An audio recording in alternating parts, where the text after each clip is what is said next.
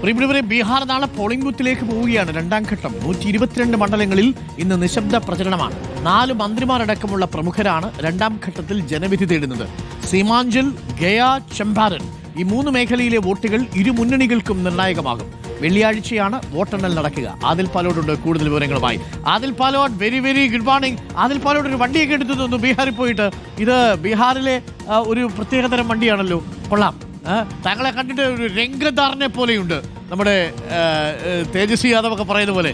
ആ കോൺ ബനേഗ രംഗദാർ എന്നതാണല്ലോ ചോദ്യം. ആദിലാണ് രംഗദാറായത് എന്നുള്ളതാണ്. ഉറപ്പായി ഇതാ ഞാനിപ്പോ ഇരിക്കുന്നത്, ഇത് ആളുകളുടെ, സാധാരണ ജനങ്ങളുടെ ഒരു യാത്രാ വാഹനമാണ്. നമ്മുടെ നാട്ടിലെ ഓട്ടോറിക്ഷ പോലെ ഇവിടെ ഈ റിക്ഷയും ഇങ്ങനെയുള്ള ഓട്ടോറിക്ഷകളുമാണ്. ചാച്ചാ കൈസ ബടിയാ ബടിയാ ബടിയാ എല്ലാവരും സന്തോഷത്തിലാണ്. നേരത്തെ ഞാൻ ചോദിച്ചു ആർക്ക് വോട്ട് ചെയ്യുന്നു, പക്ഷെ ചാച്ച പറയാൻ തയ്യാറല്ല. ഇതുപോലെയാണ് ആളുകളുടെ മനസ്സിൽ എന്താണ് ഒളിപ്പിച്ചു വെച്ചിരിക്കുന്നതെന്ന് അറിയാൻ ഇനി നമുക്ക് കുറച്ച് ദിവസങ്ങൾ കൂടി, ദിവസങ്ങളില്ല മണിക്കൂറുകൾ മാത്രമാണ് ശേഷിക്കുന്നത്. ഏറ്റവും പ്രധാനപ്പെട്ട കാര്യം, അരുൺകുമാർ, അല്പം മുമ്പ് നമ്മൾ കേട്ട തേജസ്വിയുടെ പ്രതികരണം. അമിത്ഷാ ഇവിടെ ക്യാമ്പ് ചെയ്ത് പ്രചരണത്തിന് നേതൃത്വം നൽകുകയാണ്. അമിത്ഷാക്കെതിരെ ഗുരുതരമായ ആരോപണങ്ങൾ ഇപ്പോൾ തേജസ്വി യാദവ് ഉന്നയിച്ചിരിക്കുന്നു. അതിലേറ്റവും പ്രധാനപ്പെട്ട കാര്യം, അമിത്ഷാ വൈകുന്നേരങ്ങളിൽ, രാത്രികളിൽ ഹോട്ടലിലെ CCTV ഓഫാക്കി ബീഹാറിലെ ഉദ്യോഗസ്ഥരെ ഹോട്ടലിലേക്ക് വിളിച്ചു വരുത്തി ഭീഷണിപ്പെടുത്തുന്നു എന്നുള്ളതാണ്. അങ്ങനെ ഭീഷണിപ്പെടുത്തിയിട്ട് കൂടുതൽ സ്വാധീനം മഹാസഖ്യത്തിനുണ്ടെങ്കിൽ അവിടെ പ്രശ്നമുണ്ടാക്കാനുള്ള നിർദ്ദേശമാണ് അമിത്ഷായും സംഘവും നൽകുന്നത്. 2 ഗുജറാത്തികൾ, അതിലൊന്ന് അമിത്ഷായാണ്, രണ്ടാമത് നരേന്ദ്രമോദി പ്രധാനമന്ത്രിയാണ്. ഈ 2 ഗുജറാത്തികൾ ചേർന്ന് ബീഹാറിന്റെ നിയന്ത്രണം ഏറ്റെടുക്കാൻ ശ്രമിക്കുകയാണ് എന്ന ആരോപണം കൂടി RJD ശക്തമാക്കുന്നു. തെരഞ്ഞെടുപ്പിന്റെ അവസാന ഘട്ടത്തിൽ ഇത് ആർക്ക് ഗുണമാകും എന്നുള്ളതാണ് വളരെ പ്രധാനപ്പെട്ട കാര്യം. ആളുകളെ സംബന്ധിച്ചിടത്തോളം ബീഹാർ എന്നത് അഭിമാനമാണ്. അത് അപ്പുറത്തുനിന്ന് വന്ന് ഒരാൾ ഇത് കൈക്കലാക്കാൻ ശ്രമിക്കുന്നു എന്ന ആരോപണം ഫലം ചെയ്യുമെന്നാണ് മഹാസഖ്യം കരുതുന്നത്. അമിത്ഷാ ഈ തെരഞ്ഞെടുപ്പ് അട്ടിമറിക്കാൻ ശ്രമിക്കുന്നു എന്ന ആരോപണം കൂടി വലിയ തോതിൽ ഈ ഘട്ടത്തിൽ ഇപ്പോൾ ചർച്ചയാകുന്നുണ്ട് എന്നതാണ് കാര്യം. ഇന്നലെ രാത്രിയോടുകൂടിയാണ് ഈ തേജസ്വി യാദവ് ഈ വീഡിയോ സന്ദേശം പുറത്തേക്ക് വിടുന്നത്. അത് കൃത്യമായ ലക്ഷ്യങ്ങൾ വെച്ചുള്ളത് തന്നെയാണ്. അതൊക്കെ ലക്ഷ്യം കാണുമോ എന്നറിയാൻ ഇനി 3-4 ദിവസം കൂടി നമുക്ക് കാത്തിരിക്കേണ്ടി വരും. നാളെയാണ് 20 ജില്ലകളിലെ 122 മണ്ഡലങ്ങളിൽ നിയമസഭാ തെരഞ്ഞെടുപ്പ് രണ്ടാം ഘട്ടം പോളിംഗ് ബൂത്തിലേക്ക് പോകുന്നത്.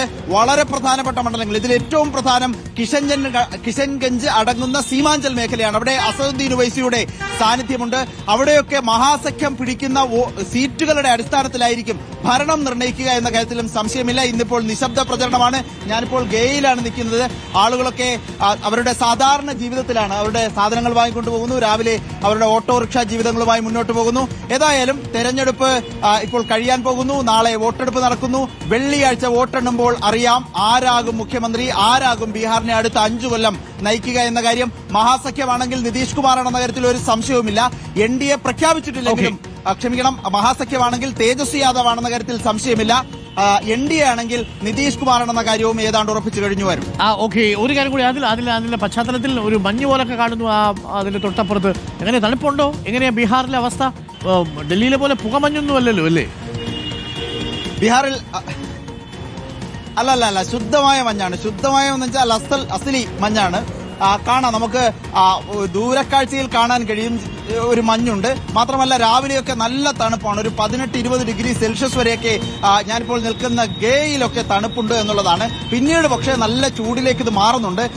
നേരം വെളുത്തു വരുന്നു, നേതാക്കളൊക്കെ ഉണരുന്നു, ആരോപണ പ്രത്യാരോപണങ്ങൾ കടുപ്പിക്കുന്നു. അതോടെ രാഷ്ട്രീയത്തിന്റെ ചൂട് കൂടുന്നു, അതിനൊപ്പം തന്നെ കാലാവസ്ഥയ്ക്കും ചൂട് കൂടുന്നു. രാത്രിയിൽ നല്ല തണുപ്പാണ് ഗയയിലും ബീഹാറിലാകെയും. പക്ഷെ ഇവിടെ ഡൽഹിയിലല്ലാത്തതിന്റെ ഗുണം ഉണ്ട് എന്നുള്ളതാണ് അരുൺകുമാർ.